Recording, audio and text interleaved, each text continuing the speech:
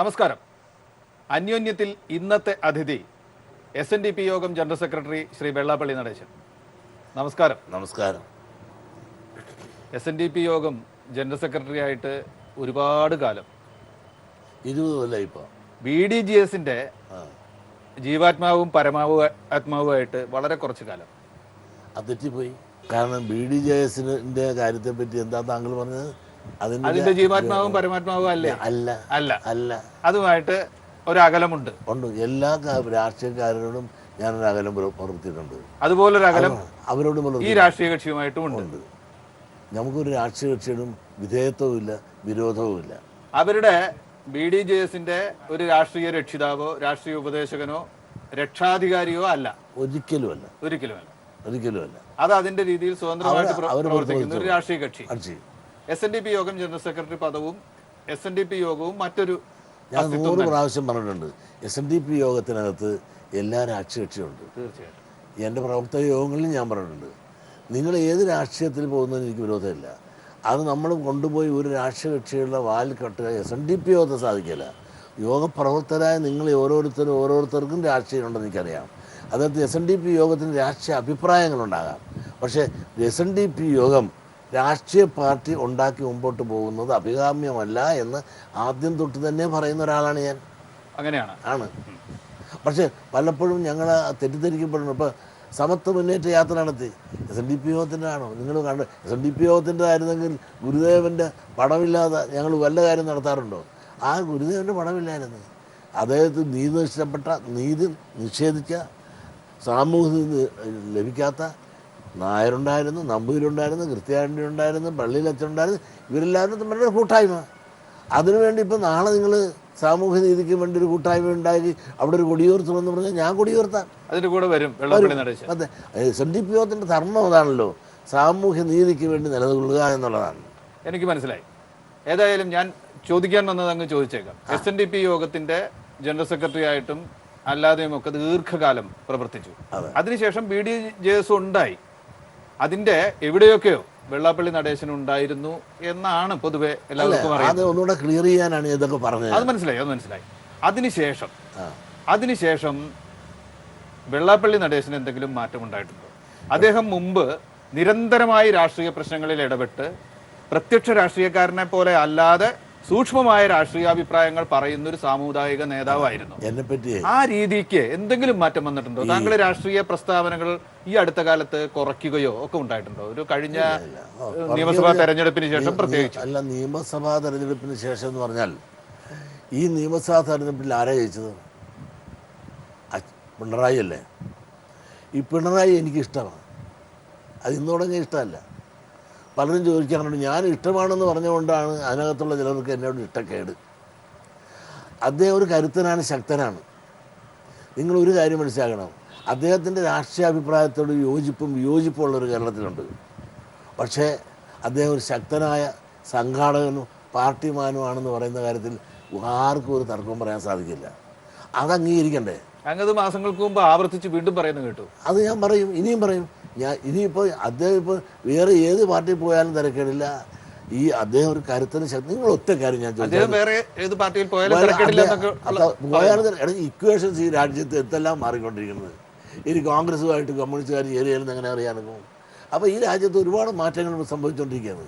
അപ്പോൾ അദ്ദേഹം ഒരു കരുത്തനല്ലായിരുന്നെങ്കിൽ നിങ്ങളൊന്ന് ഒറ്റ ചോദ്യത്തിന് ഉത്തരം പറഞ്ഞാൽ, ഈ കമ്മ്യൂണിസ്റ്റ് പാർട്ടി എത്രയോ സംസ്ഥാനത്ത് തകർന്നു, എന്നിട്ട് പോലും ഇവിടെ ഇത്രയും ശക്തമായിട്ട് നിന്ന് അദ്ദേഹത്തിൻ്റെ നയവും നയപരിപാടിയും ശക്തമായ നിലപാടും കൊണ്ടല്ലേ കേരളത്തെ സീറ്റ് എത്ര തൂത്തുവാരിയില്ലേ? അത് ആരുടെ കഴിവ്? അത് പിണറായി എന്ന് പറയുന്ന ആ ഒരൊറ്റ മനുഷ്യൻ്റെ വലിയ ബുദ്ധിയും ശക്തിയും സംഘടനാ പാഠവുമാണെന്ന് ഞാൻ വിശ്വസിക്കുന്നു. അത് ആർക്കെങ്കിലും എതിർക്കാവുന്നവർക്ക് എതിർക്കാം. എൻ്റെ വിശ്വാസമാണ് ഞാൻ പറഞ്ഞത്. അത് ഇന്നും പറയും, നാളെയും പറയും. പിണറായി നാളെ എന്നെ എതിർത്ത് പറഞ്ഞാൽ ഈ പറഞ്ഞത് റെക്കോർഡ് ചെയ്ത് നിങ്ങൾ വെച്ചിരിക്കല്ല, ഈ പറഞ്ഞത് ഇനിയും ആവർത്തിക്കും. ഞാൻ ചോദിച്ചത്, കഴിഞ്ഞ തെരഞ്ഞെടുപ്പിന് ശേഷം രാഷ്ട്രീയ കാര്യങ്ങളിൽ അഭിപ്രായം പറയുന്നതൊക്കെ ജനറൽ സെക്രട്ടറി ഇത്തിരി കുറച്ചോ? അങ്ങനെ പറയേണ്ട സമയത്തൊക്കെ പറഞ്ഞു. പിന്നെ ഈ കാണുന്നതിനെല്ലാം ഇങ്ങനെ അഭിപ്രായം പറഞ്ഞ് നടക്കേണ്ട കാര്യമുണ്ടോ? ഇല്ല. അതുകൊണ്ട് കഴിയുന്നത്ര ചില കാര്യങ്ങളൊക്കെ പറഞ്ഞില്ലോ. സുധീരൻ എന്നോട് കാണിച്ചതിന് ഞാൻ പറഞ്ഞില്ലേ? പറഞ്ഞു. അച്യുതാനന്ദൻ എന്നോട് സ്നേഹക്കുറവ് കാണിച്ചതിനെ പറ്റി ഞാൻ പറഞ്ഞിട്ടുണ്ട്. ഇവിടെ വെച്ചാണ് 2000 കോടി അടിച്ചെന്നും പറഞ്ഞ് പ്രസംഗിച്ചത്. സത്യത്തിൽ ഞാൻ വല്ലതും ചെയ്തു, ആരോ അദ്ദേഹത്തെ തെറ്റിദ്ധരിപ്പിച്ചു. ഇങ്ങനെ വ്യക്തിപരമാണോ താങ്കളുടെ നിലപാടുകൾ? വ്യക്തിപരമല്ല, ഈ പറയണത് വ്യക്തിപരമാണെങ്കിൽ ആ വ്യക്തിപരമാണെങ്കിൽ അതുപോലെ മറുപടി പറയണ്ടേ? അത് പറയണ്ടേ? ഞാൻ അദ്ദേഹത്തെ എന്നെ വിളിച്ചു ചോദിക്കാമല്ല, എടോ ഇങ്ങനെ പരാതി വന്നിരിക്കുന്നത് എന്താണ് ശരി? അദ്ദേഹം പ്രതിപക്ഷ നേതാവാണെന്നുള്ള ആ ഒരു ശക്തിയാണ് അദ്ദേഹത്തിനുള്ളത്. അല്ലെങ്കിൽ വെറും അച്യുതാനന്ദൻ എന്ന് പറഞ്ഞാൽ ആരും മൈൻഡ് ചെയ്യല്ല. പ്രതിപക്ഷ നേതാവെന്നൊരു ഒരു ദണ്ട് കൈവരിക്കുമ്പോഴാണ് ആരൊക്കെ എന്തൊക്കെ കൊടുത്തത്. അദ്ദേഹം ഞാനുമായിട്ട് എത്രയോ കൊല്ലത്തെ ബന്ധമുണ്ട്. 1963 ഈ വാർഡിൽ നിന്ന് എന്നെ മത്സരിപ്പിച്ചത് ES അച്യുതാനന്ദനാണ്. അപ്പോൾ അങ്ങനെ എത്രയോ ഒരുപക്ഷെ നിങ്ങളൊക്കെ ജനിക്കുന്നത് തൊട്ട് മുമ്പോട്ട് ES-ആയിട്ട് എനിക്ക് ബന്ധമുള്ളവനാണ്. അന്ന് തൊട്ട് ഇന്നലെ വരെ ഉണ്ടായിരുന്നു എന്ന് വിചാരിച്ചോളുക. പക്ഷേ ഞാനെന്ത് തെറ്റ് ചെയ്ത്? ആരോ ചില ദുഷ്ടബുദ്ധികൾ കൊണ്ട കൊടുത്ത് അദ്ദേഹം തെറ്റിദ്ധരിച്ചു. ആ തെറ്റിദ്ധരിച്ചതിൻ്റെ പേരിൽ ഞാൻ എന്ത് വേദന അനുഭവിച്ചത്? ഞാനെന്ത് തെറ്റ് ചെയ്തു? എന്നിട്ടിപ്പോൾ കേസ് വരെ ആയില്ലേ? ദാവനും സാറിന് വക്കാലത്തും കൊടുത്ത് നിൽക്കുകയാണ്. ഞാൻ എന്നെ അറസ്റ്റ് ചെയ്യാനായിട്ട് നിൽക്കുകയല്ലേ? ഇതുപോലെ തന്നെ സുധീരൻ എന്താ ഇത്? ജനാധിപത്യങ്ങളൊന്ന് ആലോചിച്ച് നോക്ക്. ഈ രാജ്യത്ത് ഒരു സമുദായ നേതാവിന് രാജ്യം ഭരിക്കുന്ന ഭരണ കക്ഷിയിലെ നേതാവ് എഴുതി കൊടുത്ത് എന്നെ കേസെടുപ്പിച്ച ചരിത്രം ലോകത്ത്, കേരളത്തിൽ നിന്നല്ല, ഇന്ത്യ എന്നല്ല, ലോകത്തോട്ട് നടന്നിട്ടുണ്ടോ? സുധീരൻ അത് ചെയ്തില്ലേ? ഞാനെന്ത് ചെയ്തിട്ടാണ്? ഞാൻ മതസൗഹാർദ്ദം തകർത്തത്. എന്ത് മതസൗഹാർദ്ദമാണ് തകർത്തത്? ഇതുപോലെ വ്യക്തിപരമായ വിദ്വേഷങ്ങൾ വെച്ച് പ്രവർത്തിക്കുന്ന ചിലരുണ്ട്. അതിൽ അഗ്രഗണ്യം സുധീരൻ തന്നെയാണ്. ആ സുധീരൻ അതുകൊണ്ടല്ലേ കോൺഗ്രസ് എവിടെ രക്ഷപ്പെടാനുള്ള യാതൊരു സാധ്യതയും കേരളത്തിൽ കാണുന്നില്ല. കാരണം ഇപ്പം മലയോട് എലി തുറന്ന് മറച്ചിക്കാൻ നിന്ന് ചെല്ലുമെന്ന് പറഞ്ഞാൽ ഈ ഉമ്മൻചാണ്ടിനെ തുറക്കാനാണല്ലോ ഈ തുറപ്പൻ ഇറങ്ങിയിട്ട് വല്ലം തുറക്കാനൊത്താണ് സ്വയം നശിച്ചു പോയില്ലേ? അതിൻ്റെ പേരിൽ ഞാൻ ചോദിക്കട്ടെ, അദ്ദേഹം ചെയ്തതെല്ലാം ആരോടാണ് ചെയ്തത്? സ്വന്തം സമുദായത്തിൽപ്പെട്ടവരോട്. ഒന്ന് എന്നോട് ചെയ്ത്, പിന്നെ ചെയ്തതാരാണ്? ഒന്ന് അടൂർ പ്രകാശിനോട്, പിന്നെ ഒന്ന് ചെയ്തത് ബാബുവിനോട്. ഇതെല്ലാം കുലംകുത്തി പണിയല്ലേ ചെയ്യുന്നത്? ഈ കുലംകുത്തിപ്പണി ചെയ്തിട്ട് ഇവിടെ ആര് രക്ഷപ്പെട്ട്? പാർട്ടി രക്ഷപ്പെട്ടോ? ഇപ്പോൾ ഇതൊക്കെ പറയുമ്പോൾ എൻ്റെ വേദന നിങ്ങളെന്താ മനസ്സിലാക്കാത്തത്? എന്നെ അറസ്റ്റ് ചെയ്ത് അകത്താക്കാൻ ഞാനെന്ത് തെറ്റ് ചെയ്തു? അവിടെ മാൻഹോളിൽ പോയ ആ മനുഷ്യന് ഉദ്യോഗം കൊടുത്തിട്ടോ കാശ് കൊടുത്തതൊന്നും തർക്കമില്ല. അതൊരു സാമൂഹ്യ നീതി വേണം എന്നല്ലേ ഞാൻ പറഞ്ഞുള്ളൂ. അതോടൊപ്പം മരിച്ച 2 പേരുണ്ടല്ലോ സുഹൃത്തെ, അവർക്കും ആരും ഒന്നും കൊടുത്തില്ല. അവിടെ ഞാനല്ലേ കൊടുത്തുള്ളൂ. അന്ന് ചോദിച്ച അന്ന് വിവാദമായ ഒരു പ്രസ്താവനയാണ്, അത് ആവർത്തിക്കുകയാണ് ഇപ്പോഴും. അതെ, ആ ദുരന്തം എൻ്റെ ജീവിതത്തിൽ ഇന്നും എന്നെ വേട്ടയാടിക്കൊണ്ടിരിക്കുകയല്ലേ അന്ന് പറഞ്ഞ കാര്യം. അതെ. ഈ BDGSA ഉണ്ടായതിനു ശേഷം താങ്കളെ കൂടുതലായിട്ട് ആക്രമിക്കുന്ന ഒരു പ്രവണത എല്ലാ കേന്ദ്രങ്ങളിൽ നിന്നും ഉണ്ടായോ? പല കേന്ദ്രങ്ങളിൽ നിന്നും ഉണ്ടായോ?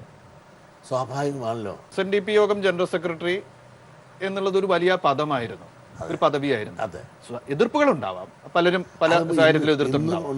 പക്ഷേ താങ്കൾ രാഷ്ട്രീയത്തിലേക്ക് വരാൻ പോകുന്നുവെന്നോ കേരളത്തിന്റെ മുഖ്യമന്ത്രിയാകാൻ പോകുന്നു എന്നൊക്കെ വരെ പ്രചാരണങ്ങൾ ഉണ്ടായിരുന്നു.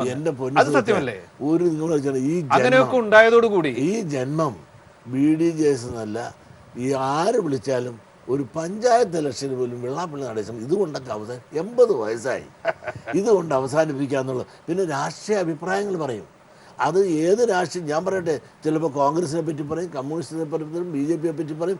നന്മ കാണുന്ന നന്മ പോലും പറയുകയും തെറ്റ് കണ്ടത് തെറ്റും പറഞ്ഞാൽ എനിക്ക് നിലപാടില്ലാത്തവനെന്നല്ല പറയണത്, എനിക്ക് നിലപാടുള്ളവനായതുകൊണ്ടാണ് അങ്ങനെ പറയണത്. ചിലത് പറയുമ്പോൾ ആളുകളത് എല്ലാവരും വേണ്ട പോലെയൊക്കെ എടുക്കുന്നുണ്ടോ? ഇപ്പോൾ BDJSന് വേണ്ടത്ര നീതി BJP കൊടുത്തില്ലെന്നോ അത്തരത്തിലൊക്കെയുള്ള ചില... അത് ശരിയല്ലേ? ശരിയാണ്, അങ്ങനെ പറഞ്ഞില്ലേ? ഞാൻ പറഞ്ഞു. അതെന്താ രാഷ്ട്രീയ ആണല്ലോ. അതാണ് അതിപ്പോൾ കമ്മ്യൂണിസ്റ്റ് പാർട്ടിയിൽ നിന്ന് പറയുന്നത് നീതി കിട്ടിയില്ല അതും പറയും, കോൺഗ്രസ്സുകാരിൽ നിന്നും കിട്ടിയില്ലെന്ന് പറയും, BDJSന് BJPയിൽ നിന്ന് കിട്ടിയില്ല എങ്കിൽ അത് ഞാൻ പറയണ്ടേ? അത് പറയാൻ കാരണമുണ്ട്. പക്ഷെ BJP കേരളത്തിലൊരു മെയിൻ സ്ട്രീമിലേക്ക് വരാൻ വേണ്ടി പലതും ചെയ്തു. കൂടെ നിർത്തിയിരുന്ന പലർക്കും കൊടുത്തതും വാങ്ങലും അല്ല പറയേണ്ടത് ഒരു രാഷ്ട്രീയ മുന്നണിയുടെ കാര്യത്തിൽ. എങ്കിലും സുരേഷ് ഗോപിക്ക് വരെ അവര് എങ്ങനെയെങ്കിലുമൊക്കെ അംഗീകാരങ്ങൾ കൊടുത്തിട്ടുണ്ട്, ഇല്ലേ? അത് സത്യമല്ലേ? അങ്ങനെ ചെയ്യുന്നവരല്ലേ BJPക്കാര്? അവരെപ്പറ്റി പറയുകയാണെങ്കിൽ കേരളത്തെ സംബന്ധിച്ചിടത്തോളം ഇതൊരു പ്രൈവറ്റ് ലിമിറ്റഡ് കമ്പനിയായിട്ട് വെച്ചിരിക്കുകയാണ്. കേരളത്തിലെ BJP ആണോ? കേരളത്തിലെ BJP അതൊരു പ്രൈവറ്റ് ലിമിറ്റഡ് കമ്പനിയാണ്. അത് വാട്ടർ ടൈറ്റ് കമ്പാർട്ട്മെന്റായിട്ട് വേറെ ആരും കയറും. പ്രൈവറ്റ് ലിമിറ്റഡ് കമ്പനി ആകുമ്പോൾ ഉടമസ്ഥനുണ്ടായിരിക്കും. ആരാണ് ഉടമസ്ഥൻ? BJP തന്നെ. അവരുടെ ചില നേതാക്കന്മാരും അവർ തന്നെ മതി, വേറെ ആരും ഇതിനകത്ത് കയറരുത്. അങ്ങനെ പ്രൈവറ്റായിട്ട് വെച്ചുകൊണ്ട് ഉള്ളത് കിട്ടുക. ഇവിടെ കേരളത്തിൽ BJP വളരുമെന്ന് അവർക്ക് താല്പര്യമില്ല. അല്ല, ഇപ്പോഴും അവരെത്ര ഗ്രൂപ്പാണ് മിശ്രേ? കേരളത്തിൽ BJP എത്ര ഗ്രൂപ്പാണ്? അവരുടെ ആളുള്ള നേതാക്കന്മാരുള്ളതിനേക്കാൾ കൂടുതൽ ഗ്രൂപ്പാണ് കൂടുതൽ. അവർക്ക് വേണ്ടപ്പെട്ടവർക്കും ഇഷ്ടപ്പെട്ടവർക്കും മാത്രം അവരെ മാത്രം കൂടെ നിർത്തിക്കൊണ്ട് പോവുകയാണ്.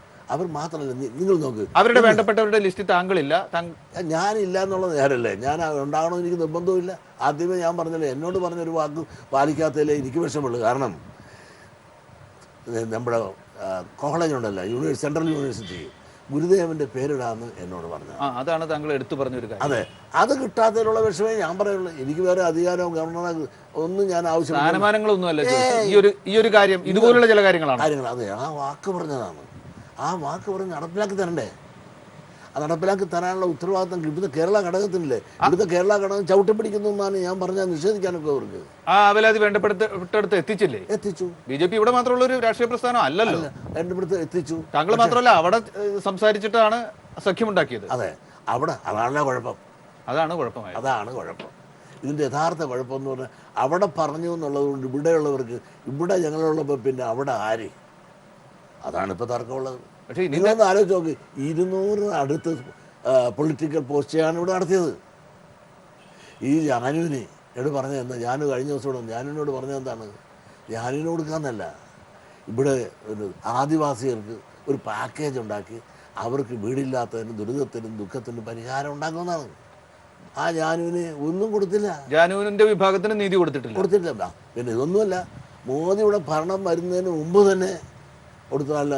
നമ്മുടെ KPMS ബാബു അവർ എറണാകുളത്ത് വെച്ചെടുത്ത സമ്മേളനത്തിൽ എന്താ പറഞ്ഞത്? അങ്ങ് അധികാരത്തിൽ വന്നു കഴിഞ്ഞാൽ ഞങ്ങൾ മറക്കല്ലേ എന്ന് പറഞ്ഞ ആളാണ് അദ്ദേഹം. മറക്കല്ലെന്നും പറഞ്ഞതാണ്. പക്ഷേ ഈ ബാബുവിന്, KPMS അവരുടെ ദുരിതവും ദുഃഖവും ഒക്കെ പറഞ്ഞ് ചെന്നിട്ട് അവർക്ക് എന്ത് കൊടുത്തു? ഒരു കാര്യം, നിങ്ങൾ ആ ലിസ്റ്റ് എടുത്ത് നോക്ക്. താങ്കൾ വളരെ മുതിർന്ന ഒരു പൊതുപ്രവർത്തകനാണ്. താങ്കൾ ഇപ്പൊ പറഞ്ഞ BJP-യാൽ അവഗണിക്കപ്പെട്ട വിഭാഗങ്ങൾ എന്ന് പറയുമ്പോൾ ഒന്ന് SNDP യോഗവുമായി ബന്ധപ്പെട്ട ചേരി, മറ്റൊന്ന് CK ജാനു നയിക്കുന്ന ചേരി, പിന്നെ ഒന്ന് KPMS-ന്റെ പട്ടികജാതി പട്ടികവർഗം. ഇവരാണ് അവഗണിക്കപ്പെട്ടത് BJP-യാൽ എന്ന് പറയുമ്പോൾ എന്താണ് അതിന്റെ സന്ദേശം സെക്രട്ടറി? സന്ദേശം എന്ന് പറഞ്ഞാൽ ഇവരെ അവർക്ക് വേണ്ടെന്നുള്ളതാണ് സന്ദേശം. ഇപ്പോഴും ഇപ്പോഴത്തെ നേതാക്കന്മാർക്ക്, ഇവിടുത്തെ കേരള BJP ഇപ്പോഴും അങ്ങനെ ഒരു സവർണാഭിപ്രായങ്ങളാൽ നയിക്കപ്പെടുന്നുണ്ടോ? സംശയമുണ്ടോ? അതല്ലെങ്കിൽ നിങ്ങൾ ആ ലിസ്റ്റ് എടുത്ത് നോക്ക്. അവർണരില്ലല്ലോ മിസ്റ്ററെ. 180ഓളം പോസ്റ്റ് പൊളിറ്റിക്കൽ അപ്പോയിൻറ്റ് നടത്തിയപ്പോൾ ഒരു സവർണന്, ഒരു അവർണന് അതിനകത്തുണ്ടായിരുന്നെങ്കിൽ നമുക്ക് ഈ പറഞ്ഞത് സമ്മതിക്കാമായിരുന്നു. ഒന്നുമില്ല അതിനകത്ത്. ഈ കാര്യം ഇതേ രീതിയിൽ തന്നെ BJP കേന്ദ്ര നേതൃത്വത്തെ അറിയിച്ചിട്ടുണ്ടോ? അറിയിക്കാൻ ഇതുപോലുള്ള അവസരം കിട്ടുമ്പോൾ ഇത് കാണുന്നവരുണ്ടല്ലോ, അവർ പോയി പറയട്ടെ. എനിക്ക് ഇവരുടെ പറയുന്നത് അറിയിക്കേണ്ട പോലെ ഒന്നും എനിക്കില്ല. അറിയേണ്ടവർ അറിയെങ്കിൽ അവർക്ക് കൊള്ളാം. ഒരു കാര്യം മനസ്സിലാക്കണം, ഈ സെൻട്രലിലെ നരേന്ദ്രമോദിയെ പറ്റിയോ അതൊന്ന് അമിത്ഷായെ പറ്റിയോ നമുക്കൊരു പരാതി പറയാനൊക്കത്തില്ല. പക്ഷേ അവർക്ക് ഇതിനെപ്പറ്റി ഉൾക്കാഴ്ചയുള്ളവരാണ്. അവർക്ക് ഇവിടുത്തെ പിന്നോക്കക്കാരനും പട്ടികജാതിക്കാരനും എന്തെങ്കിലും ഗുണം ചെയ്യണമെന്നുണ്ട്. പക്ഷേ ഇവിടെയുള്ള നയിക്കപ്പെടുന്നവർ ഇതൊന്നും സമ്മതിക്കില്ല മിസ്റ്ററെ. അവർ ഇപ്പം തന്നെ നിങ്ങൾ ഇങ്ങനെ പറയുമ്പോൾ BJP-കാർ തിരിച്ചു പറയില്ലേ, ഇങ്ങനെ ചില കാര്യങ്ങൾക്ക് വേണ്ടിയിട്ടാണ് അല്ലെങ്കിൽ സ്ഥാനമാനങ്ങൾക്ക് വേണ്ടിയിട്ടാണ് BDJS ചില രാഷ്ട്രീയ തീരുമാനങ്ങൾ എടുത്തത്, ഏത് ചേരിക്കൊപ്പം നിൽക്കണം എന്ന് തീരുമാനിച്ചത് എന്ന ഒരു ആരോപണം താങ്കൾക്ക് നേരെയോ BDJS-ന് നേരെയോ ഉയർത്തൂല്ലേ? എല്ലാവരും സ്ഥാനത്തിനും മാനത്തിനും വേണ്ടിയിട്ടാണ് ഈ നിൽക്കുന്നത്. അല്ലാതെ ഇവരെല്ലാം നിൽക്കുന്നത് വെറുതെ സേവനത്തിന് വേണ്ടിയിട്ടാണ്. എല്ലാവരും പൊളിറ്റിക്കൽ ഗെയിം അതിനകത്ത് പ്രതീക്ഷിക്കുന്നുണ്ട്. ഉള്ളതെല്ലാം അവർ തന്നെ എടുത്താൽ മതിയാണ്. നിങ്ങളൊന്ന് ആലോചിച്ച് നോക്ക്. ഇപ്പം തന്നെ കുഞ്ഞാലിക്കുട്ടി അവിടെ നിർത്തി UDF സ്ഥാനാർത്ഥി എന്നാണ് പറഞ്ഞിരിക്കുന്നത്. അതെ, LDF ഇന്ന് ആരെങ്കിലും നിർത്തിയാൽ, അമർശിച്ച് കമ്മ്യൂണിസ്റ്റ് പാർട്ടി പോലും സ്ഥാനാർത്ഥി നിർത്തിയാൽ LDF സ്ഥാനാർത്ഥി എന്നാണ് അവർ പറയുന്നത്. പക്ഷെ ഇവർ പറയുന്നത് എന്താണെന്ന് അറിയാമോ? BJP സ്ഥാനാർത്ഥി, NDA സ്ഥാനാർത്ഥി അല്ല. NDA പ്രവർത്തിക്കുന്നില്ലേ? NDA എവിടെ പ്രവർത്തിക്കുന്നത്? അല്ല, ഇന്ത്യയുടെ ഒരുപാട് കമ്മിറ്റികളിൽ ഭാരവാഹികൾ BDJS-ന്റെ ആളുകളല്ലേ? അല്ല, എനിക്കറിയില്ല. അതൊന്നും ഫങ്ഷനിങ് ഇല്ലപ്പാ. അല്ല, ഫങ്ഷൻ ഉണ്ടെങ്കിൽ നിങ്ങൾ പറയാം എവിടെ ഫങ്ഷനിങ് ഉണ്ടെന്ന്. ഒരു കൂട്ടായ മൂവ്മെന്റ് നിങ്ങൾ കണ്ടിട്ടുണ്ടോ? പേരിന് മുന്നണിയൊക്കെ ഉണ്ടാക്കി വെച്ച് BJPയുടെ വഴിക്ക് തനിയെ പോകും. അവരുടെ സ്വന്തം വഴിക്കാണ്. അത് ഞാൻ പറഞ്ഞില്ല, പ്രൈവറ്റ് ലിമിറ്റഡ് കമ്പനിയായിട്ട് അവരങ്ങ് പോവുകയാണ്. ഇത് പോകുന്നത് സെൻട്രലിലുള്ളവർക്ക് മനസ്സിലാക്കാൻ സാധിക്കും. പിന്നെ അവരും മടുത്ത്. കാരണം എന്ന് വെച്ചാൽ ഇത് തല്ലണ്ട അമ്മാവ നന്നാകലെന്നുള്ള മട്ടിലായിട്ടുണ്ട്. അതുകൊണ്ട് നിങ്ങളൊന്ന് ആലോചിച്ച് നോക്ക്, കേരളത്തിൽ ഇനി ഒരു 50 കൊല്ലം കഴിഞ്ഞാൽ പോലും BJPക്ക് ഇവിടെ ഭരിക്കാൻ സാധിക്കുമോ? ഈ നിലയ്ക്ക് പോയാൽ പറ്റൂല. ഈ നിലക്കല്ല, ഏത് നിലക്ക് പോയാലും കേരളത്തിൽ സാധിക്കില്ല.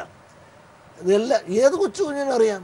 അല്ല, അവരും വളർന്നു. ഇക്കഴിഞ്ഞ തെരഞ്ഞെടുപ്പിന്റെ വിശകലന വേളയിൽ പോലും പറഞ്ഞു, അവിടെ ഉണ്ടായ പോലെ പലയിടത്തും ഉണ്ടായതുപോലെ കേരളത്തിലും അടുത്ത തവണ ഉണ്ടാവും എന്നൊക്കെ പറയുന്നത്. അത് മലപ്പൊടിക്കാരൻ്റെ സ്വപ്നം പോലെയാണ്. BJPക്ക് അങ്ങനെ വളരാനുള്ള സ്വഭാവമില്ല, പ്രവർത്തനം ശരിയല്ല. ഇവിടെ ഒരു കൂട്ടായ്മയില്ല. ആകെ കുറച്ച് പേര് നേതാക്കന്മാർ, അവർ തന്നെ എല്ലാം ഇപ്പം തന്നെ എത്ര പേരാണ് മന്ത്രിയാകാൻ നടക്കുന്നത് ഇവിടെ? സെൻട്രൽ മിനിസ്റ്റർ ആകാൻ വേണ്ടിയിട്ട് എത്ര പേരാണ് ഇവിടെ നടക്കുന്നത്? ഇതെല്ലാം നമുക്കറിയാവും, നിങ്ങൾക്കും അറിയാം, എനിക്കും അറിയാം, എല്ലാവർക്കും അറിയാം. ഇവർക്ക് എല്ലാം പരസ്പരം തമ്മിൽ കുത്തല്ലേ ഇതിനകത്ത്. ഇത്രയും ആളില്ലാത്ത പാർട്ടിയിൽ, ആൾ കുറഞ്ഞ പാർട്ടിയിൽ ഇത്രയും അധികം തമ്മിൽ സ്ഥാനങ്ങൾക്ക് വേണ്ടി മത്സരമുള്ള ഒരു പാർട്ടി വേറൊന്നുമില്ല. മാത്രമല്ല സെൻട്രലിലുള്ള ഭരണമുള്ള ആ ഒരൊറ്റ ഗമയല്ലാതെ ഇവർക്ക് എന്ത് ഗമ? പിന്നെ ഇവർ വളരുന്നു എതിരെതിരെയാണ് ബാക്കിയുള്ള പാർട്ടികൾ കൂടി ഇവരെ വളർത്തുന്നതാണ്. അല്ല കൂടെയുള്ളവല്ല, എതിരാളികളാണ് BJPയുടെ ശക്തി. അതെ, അല്ലാതെ അവർക്ക് സ്വന്തം ശക്തി ഇല്ലപ്പാ. എതിരാളികളുടെ ശക്തിയാണ് ഇവരുടെ ശക്തി. നന്മ അവർ ചെയ്യുന്നുണ്ടോ? ഇവിടെ നിങ്ങളൊക്കെ എന്ന് പറഞ്ഞാൽ ഘടകകക്ഷികളുമായിട്ട് എന്തോ എല്ലാം ആലോചിച്ചിട്ടല്ലേ ഓരോ പാർട്ടികളും UDF ആണെങ്കിൽ LDFിലും പോകണത്. ഇവിടെ ആരുമായിട്ട് വരാൻ അവരൊറ്റയാനായിട്ട് പോവുക. BDJS NDAയുടെ കൂടെ പോകാൻ തീരുമാനിച്ചപ്പോൾ തന്നെ BDJSന്റെ പല പ്രവർത്തകരും അണികളും ഒക്കെ അതിൽ ആശങ്കകളുള്ളവരുണ്ടായിരുന്നു എന്ന് വാർത്തകളുണ്ടായിരുന്നു. അങ്ങനെയുള്ള ആളുകളൊക്കെ ഇപ്പോൾ BDJSന്റെ ഉള്ളിൽ എന്താ പറയുന്നുണ്ടാവുക? അത് ഞാൻ അതിനെപ്പറ്റി ചർച്ച ചെയ്യാൻ പോയിട്ട്, ഞാൻ BDJSന്റെ അംഗമല്ല, അതിൻ്റെ ഒരു ചർച്ചയിൽ ഞാൻ പോകാറില്ല. അവരവരുടെ വഴിക്ക്. പക്ഷെ ഒരു കാര്യമുണ്ട്, ഈ BDJSകാർ ഇത് അവഗണിച്ചുകൊണ്ടുള്ളൊരു പോക്കാണെന്നത്. ഇത് തന്നെ ഇപ്പോൾ രാവിലെ ഒരു കൂട്ടർ വന്നിരുന്നത്. അവർ പറഞ്ഞ് അവർ നിന്ന് ആ പഞ്ചായത്തിൽ പിടിച്ചതാണ് ഒരു മെമ്പർ, പിന്നെ കമ്മ്യൂണിസ്റ്റ് പാർട്ടിയായിരുന്നു അവിടെ നിന്ന്. ഞങ്ങൾ ഒന്നിച്ചു നിന്ന് പറഞ്ഞ് 11 സീറ്റ് അവർ പിടിച്ചു. പക്ഷേ ഇന്നും അയിത്തം കൽപ്പിച്ച് ഇവരുമായിട്ട് ഈ പറഞ്ഞ BJPക്കാർ അടുക്കുന്നില്ല എന്ന്. NDAക്കുള്ളിൽ അയിത്തമുണ്ട്. ആ NDA ഈ BJPക്കാർ അയിത്തം പറഞ്ഞ് ഇവരുമായിട്ട് ഇന്നും യാതൊരു ബന്ധവുമില്ല. അവരുടെ വഴിക്ക്. എന്നിട്ട് അവർ തന്നെ പറഞ്ഞു, നിങ്ങൾ നിങ്ങളുടെ പ്രവർത്തനം നടത്തിക്കോ, ഞങ്ങൾ ഞങ്ങളുടെ പ്രവർത്തനം. ഇതാണ് ആ കൂട്ടായ്മ. ഇങ്ങനെയുള്ള ചിന്തയാണ് ഇവിടെയുള്ള BJPക്കാർക്ക്. സെൻട്രലുള്ളവർ എത്രയോ പ്രാവശ്യം ഇവരെ വിളിച്ച് കാര്യങ്ങൾ ഉപദേശിച്ചിട്ടുണ്ട്. BDJS അംഗമല്ലെങ്കിലും നേതാവല്ലെങ്കിലും താങ്കൾ അത്രയും പറയും, ആ പോക്ക് ശരിയല്ല എന്ന് പറയും. അതെ, അതിപ്പോൾ ആര് പോക്കും ശരിയല്ലെങ്കിൽ പറയാനുള്ള അധികാരം എനിക്കുണ്ട്. കാരണം SNDP എന്ന് പറഞ്ഞൊരു സമര സംഘടനയാണപ്പോൾ. അല്ല, അത് ശരി. അതിന് ആ SNDP യോഗത്തിന് ഈ രാജ്യത്ത് നീതിക്ക് വേണ്ടി ആരുടെ മുമ്പിലും പറയാനുള്ള ബാധ്യതയും പറയേണ്ട ചരിത്രങ്ങളുണ്ട്. ഇതിന് ചരിത്രപരമായിട്ട് കേരള നേതൃത്വം തിരുത്തുന്നില്ല, കേന്ദ്ര നേതൃത്വം ഇടപെട്ടത് തിരുത്തും എന്നൊരു പ്രതീക്ഷയുണ്ടോ? കാരണം കേന്ദ്ര നേതൃത്വം പറഞ്ഞാലും ഞാൻ ഈയിടെ അറിഞ്ഞൊരു അഭിപ്രായം, ഇവർ കേന്ദ്ര നേതൃത്വമായിട്ടാണ് അടുപ്പം. അപ്പോൾ അങ്ങനെയാണെങ്കിൽ അവർ അവിടെ പോയി മേടിക്കട്ടെ എന്നുള്ള ധിക്കാരമാണ് ഇവിടുത്തെ പ്രാദേശിക നേതൃത്വത്തിൻ്റെ ഒരു ചിന്ത എന്നാണ് എനിക്ക് മനസ്സിലാക്കാൻ സാധിക്കുന്നതും. ചില കമൻറ്റ് അവർ വന്നതായിട്ട് ഞാൻ അറിഞ്ഞു. കാരണം ഇവർ പലപ്പോഴും അമിത്ഷായായിട്ടും പ്രൈം മിനിസ്റ്ററുമായിട്ടും നേരിട്ട് പോയി ഇതിൻ്റെ ആൾക്കാർ സംസാരിച്ചിട്ടുണ്ട്.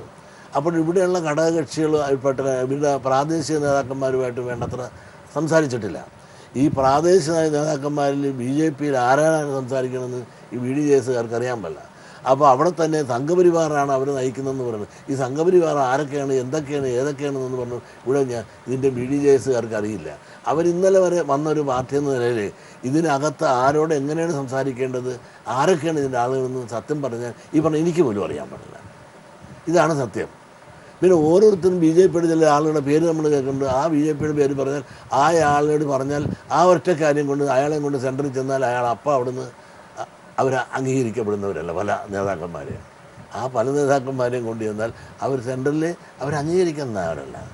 കാരണം അവരുടെ സ്വഭാവം സെൻട്രലിരിക്കുന്ന അമിത്ഷായ്ക്കാണെങ്കിലും നമ്മുടെ നരേന്ദ്രമോദിക്കാണെങ്കിലും കേരള പൊളിറ്റിക്സിലുള്ള നേതാക്കന്മാരെ നല്ല ഭംഗിയായിട്ടറിയാം. അതുകൊണ്ട് ഇവരുടെ എല്ലാ തരികിടും അവർ നല്ലപോലെ പഠിച്ചിട്ടുണ്ട്. ഇപ്പം മാനസികമായിട്ട് അവർ കേരളയാണ്ട് എഴുതി തള്ളിയ പോലെയാണെന്നാണ് എനിക്ക് തോന്നുന്നത്. കാരണം ഇവിടെ അങ്ങനെ നന്നായില്ല, അമ്മാവൻ നന്നാകലെന്ന് പറഞ്ഞാൽ പിന്നെ നന്നാക്കാൻ നടന്നിട്ട് വല്ല കാര്യമുണ്ടോ? ആ നേരത്ത് വേറെ വല്ലയിടത്തും പോയി പണിയെടുത്താൽ അവർക്ക് ഗുണം കിട്ടും. ഞാൻ ചോദിച്ചത്, മലപ്പുറത്ത് NDAക്കൊരു നയം വേണ്ട, UDFന്റെ ഒരു സ്ഥാനാർത്ഥി ആയി, അത് കുഞ്ഞാലിക്കുട്ടിയാണ്. മിക്കവാറും പൊതുവെ അവർ ജയിക്കുന്നൊരു സ്ഥിതിയാണുള്ളത്. പക്ഷേ ഓരോ ചേരിയും എത്ര വോട്ട് നേടുന്നു എന്നതൊക്കെ വളരെ പ്രധാനമാണ്. അത് തീർച്ചയായും കഴിഞ്ഞ തവണത്തേക്കാൾ കൂടുതൽ നേടാൻ എല്ലാ ചേരിയും പരിശ്രമിക്കും. പുതിയ സാഹചര്യത്തിൽ കൂടുതൽ നേട്ടമുണ്ടാക്കാൻ, ആനുപാതികമായ നേട്ടമുണ്ടാക്കണം ഉണ്ടാവണം. ഇല്ലെങ്കിൽ പലതരത്തിലുള്ള വോട്ട് ചോർച്ചയുണ്ടായി, വോട്ട് വിൽക്കലുണ്ടായി, ചേരിവിട്ട് സഖ്യങ്ങളുണ്ടായി എന്നൊക്കെ വരും. ഇപ്പൊ തന്നെ കോലീബി സഖ്യത്തിന്റെ സാധ്യതകൾ പലയിടത്തും പലരും പറഞ്ഞു കേൾക്കുന്നുണ്ട്. ഇങ്ങനെയൊക്കെയുള്ള സമയത്ത് NDA എന്ത് ചെയ്യണം മലപ്പുറത്ത്? എനിക്കൊരു ഉത്തരം പറയാൻ നിവൃത്തിയില്ല. കാരണം എന്താ വെച്ചാൽ ഇത് ഗുണം പിടിക്കലെന്നുള്ള മനസ്സിലായില്ലേ? നിങ്ങൾ തന്നെ പറഞ്ഞവിടെ ജയിക്കലെന്ന്. ആ ജയിക്കാത്ത പാർട്ടി സ്ഥാനാർത്ഥിയാൻ തന്നെ BJP ഇടിയല്ലേ? ശോഭാ സുരേന്ദ്രന് കൊടുക്കണമെന്ന് അവിടെയുള്ള ജില്ലാ അവിടെയുള്ള ഒരു ഘടകം പറയുന്നു. അതല്ല, അവിടെ ജില്ലാ നേതൃത്വത്തിന് കൊടുക്കണമെന്ന് പറഞ്ഞു. അവസാനം ജില്ലാ നേതൃത്വത്തിന് അവർ തീരുമാനിച്ചു എന്ന് പറയുന്നു. അപ്പോൾ ഇങ്ങനെ ഒരു തീരുമാനം എടുത്തപ്പോൾ അല്ല, പ്രോപ്പറായ ഒരു മത്സരം ഉണ്ടായില്ലെങ്കിൽ കോലീബി സഖ്യം എന്നൊക്കെയുള്ള ആരോപണം വരും, ഇല്ലേ? വരും, സ്വാഭാവികമാണ്. അതിനുള്ള സാധ്യത ഉണ്ടോ? അവർ ഇപ്പോൾ ഈ BDJSന്റെ ഘടകകക്ഷികളായിട്ട് ഒരു ആലോചന ചർച്ച ചെയ്ത് ആളുകൾ നടത്തിയിട്ടുണ്ടോ? നടത്തില്ലെങ്കിൽ അതിന്റെ അർത്ഥം എന്താണ്? അവരുടെ ഏകാധിപത്യം. അവരുടെ ഏകാധിപത്യവും ഇത്തരത്തിലുള്ള താല്പര്യങ്ങളുണ്ടോ? കുറച്ച് വോട്ട് അങ്ങോട്ട് കൊടുത്ത് ഇങ്ങോട്ട് കൊടുത്ത് അങ്ങനെയുള്ള താല്പര്യങ്ങളൊക്കെ കടന്നുകൂടില്ലേ? അതിനൊക്കെയുള്ള സാധ്യതയില്ലേ? അങ്ങനെയുള്ള സാധ്യത തൊട്ട് പണ്ട് തൊട്ട് ഇവരെ പറ്റിയുള്ള പറച്ചിൽ നിന്നതാണ്. വോട്ട് കച്ചവടം ചെയ്യുന്ന ആളുകളാണെന്നുള്ള പേരല്ലേ ഉണ്ടായിരുന്നത്. ശരിക്കും മുന്നണിയിലെ സംസ്ഥാന തലത്തിൽ പിന്തുണയുള്ള നേതാക്കൾ തമ്പടിച്ച് നടത്തേണ്ട ഒരു തെരഞ്ഞെടുപ്പല്ലേ ഇത് അവിടെ? ആണ്. അതൊക്കെ അവര് തല്ലണ്ട അമ്മാവ് നന്നാകലെന്ന് പറഞ്ഞ ജില്ലാ നേതൃത്വം അല്ലെങ്കിൽ ആ മണ്ഡലത്തിലെ നേതൃത്വം എന്ന മട്ടിൽ കൈകാര്യം ചെയ്യേണ്ട ഒരു തെരഞ്ഞെടുപ്പ് ആണോ ഇത്? അവർ ചിന്തിക്കേണ്ട കാര്യം അതൊന്നും. ഞാനൊരു രാഷ്ട്രീയ നിരീക്ഷകനല്ല, രാഷ്ട്രീയക്കാരനല്ല. അത് രാഷ്ട്രീയക്കാരെന്നല്ല അവർ BJP ആലോചിക്കണം. അതുപോലെ BDJSും വളരെ ഗൗരവമായി ആലോചിക്കണം. അവർ നിർത്തിയിട്ട് ഇങ്ങോട്ട് വരുന്ന ആളുകളെ പിന്താങ്ങാനായിട്ട് BDJS അതിൻ്റെ പുറകെ പോകുന്നത് എന്തുമാത്രം ഔചിത്യമുണ്ട് എന്നുള്ളതും അവരോട് കാണിക്കുന്ന അവഗണന മനസ്സിലാക്കി ഈ അവസരത്തിലെങ്കിലും അതിനൊരു തീരുമാനം എടുക്കാൻ അവർ തയ്യാറാകുന്നത് അവർക്ക് നല്ലതാണ്. ശക്തിയുള്ള സ്ഥാനാർത്ഥിയെ നിർത്തി ശക്തിയുള്ള മത്സരമുണ്ടാക്കി മുന്നേറ്റം കുറിക്കാൻ അല്ലെങ്കിൽ BDSന് അതിൽ അപ്രിയമുണ്ടാവും. സ്വാഭാവികമായിട്ടും ഉണ്ടാകേണ്ടതാണ്. അവരത് നിസ്സഹരിക്കേണ്ടതാണ്. ഇപ്പം തന്നെ അവരെ ഉൾപ്പെടുത്തുന്നില്ല ഒരു കാര്യത്തിലും. ഇപ്പം ഇതിന് ഇലക്ഷൻ ചെല്ലണം കൊണ്ട് ഇപ്പം തന്നെ കഴിഞ്ഞ തെരഞ്ഞെടുപ്പിൽ കുറേ വോട്ട് കിട്ടിയെന്ന് പറയുമ്പോൾ അത് കോലീബി സഖ്യമാണ്. അത്തരത്തിലുള്ള ആരോപണങ്ങൾ ഉണ്ടായാൽ അതിന്റെ പങ്ക് പറ്റാൻ BDJS നിന്നു കൊടുക്കാൻ പാടില്ല. തീർച്ചയായും അങ്ങ് നിന്നു കൊടുക്കാൻ പാടില്ല. അവർ നിന്നു കൊടുക്കുമെന്നുള്ള പ്രതീക്ഷ എനിക്കില്ല. ഏറ്റവും ശക്തിയുള്ള വിന്നിംഗ് പോസിബിലിറ്റി ഉള്ള സ്ഥാനാർത്ഥി തന്നെ വരണമെന്നും അങ്ങനെ വന്നാൽ BDJS പൂർണ്ണ മനസ്സോടുകൂടി അതിന്റെ കൂടെ ഉണ്ടാവുമെന്ന് ഉറപ്പ് കൊടുക്കാൻ തയ്യാറാണ് ഈ സമയത്ത്? ഞാനതിന് തയ്യാറല്ല. BDJSകാരാണ് അത് ചെയ്യേണ്ടത്. അത് അവരാകേണ്ടത്. ഞാനതിന് തയ്യാറല്ല. അങ്ങനെയാണ് ഞങ്ങൾ ആഗ്രഹിക്കുന്നത് അല്ലേ? ഞാൻ പറഞ്ഞത് ഒരു കാരണവശാലും ഇവിടെ സാക്ഷാൽ ബ്രഹ്മാവോടെ നിന്നാലും അവിടെ ജയിക്കാൻ പോണത് കുഞ്ഞാലിക്കുട്ടിയാണ്. പക്ഷേ അവിടെ മത്സരം എന്ന് പറയുമ്പോൾ ഒരുപാട് മണ്ഡലങ്ങളുണ്ട്. ആ മണ്ഡലങ്ങളിലൊരു നല്ലൊരു പ്രകടനം കാഴ്ചവെക്കുവാൻ ആർക്ക് സാധിക്കുന്നു അത് സംഘടനാപരമായൊരു വളർച്ച ഉണ്ടാകാൻ സഹായിക്കും എന്നുള്ളതല്ലാതെ ജയിക്കാൻ ഒരു കാരണവശാലും സാധിക്കില്ല. അപ്പോൾ അതിന് വേണ്ടിയിട്ട് ഇവർ നിൽക്കേണ്ടത് പോലെ ഇപ്പോഴേ തമ്മിലടിക്കാൻ പോയാൽ ഈ ജയിക്കലെന്ന് അറിയുന്ന സീറ്റിന് വേണ്ടി തമ്മിലടിച്ച് സീറ്റ് മേടിക്കണമെന്ന് പറഞ്ഞാൽ എന്തിനു വേണ്ടി?